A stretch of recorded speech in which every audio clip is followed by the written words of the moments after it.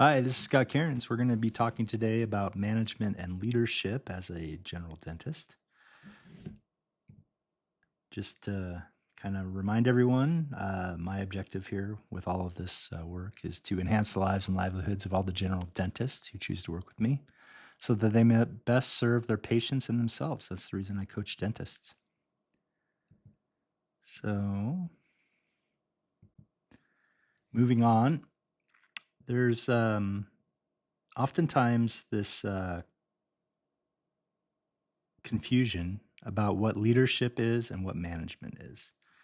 And oftentimes there's some overlap in those skills and what the tasks are that are being performed under those two different principles. As a dentist, obviously there's things that you have to manage and there's things that you have to lead. So what is leadership?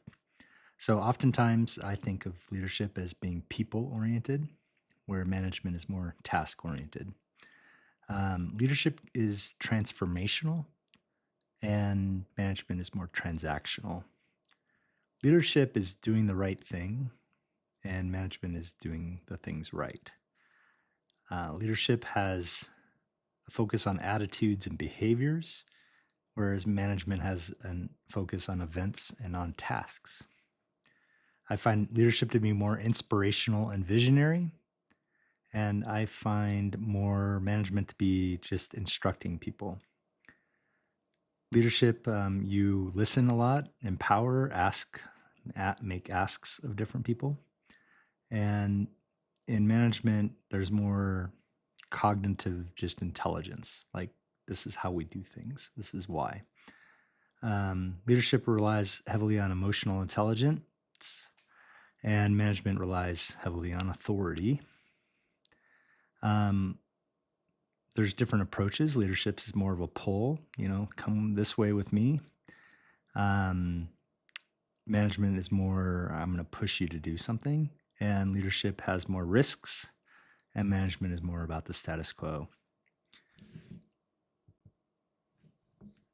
So these are some of the skills that are in those. Obviously, management, in case you're not looking at the slide and you're just listening, management skills are more discipline and project management, negotiation and persuasion, ability to understand, public speaking, organization, supervising, attention to detail, ability to follow a plan, willingness to stand up to subordinates, and goal setting and measuring.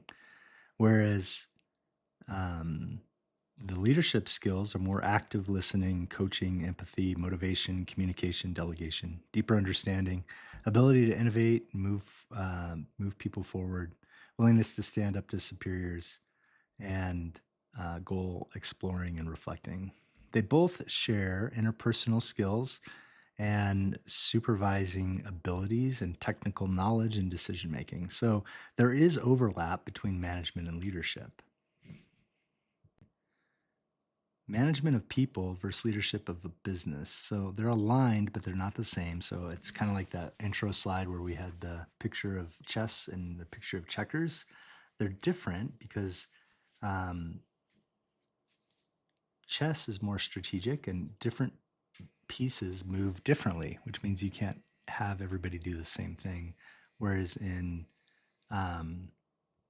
checkers, it isn't that way. Okay, so moving on, managers have to hold people accountable. So let's start thinking about, what does that mean in dentistry? What are you doing when you're holding somebody accountable to passing you an instrument or being in the room? That you're managing a behavior. Managers are also the people that are in charge of coaching and teaching how for a direct report to grow in their strengths. So you have to recognize progress, and you have to talk about it with your people, with your dental assistants and your financial coordinator, healthcare coordinator. So you want to foster feelings that their opinions matter, and you want to see how help people see how they fit into things, and give some people freedoms to innovate, experiment, and to fail.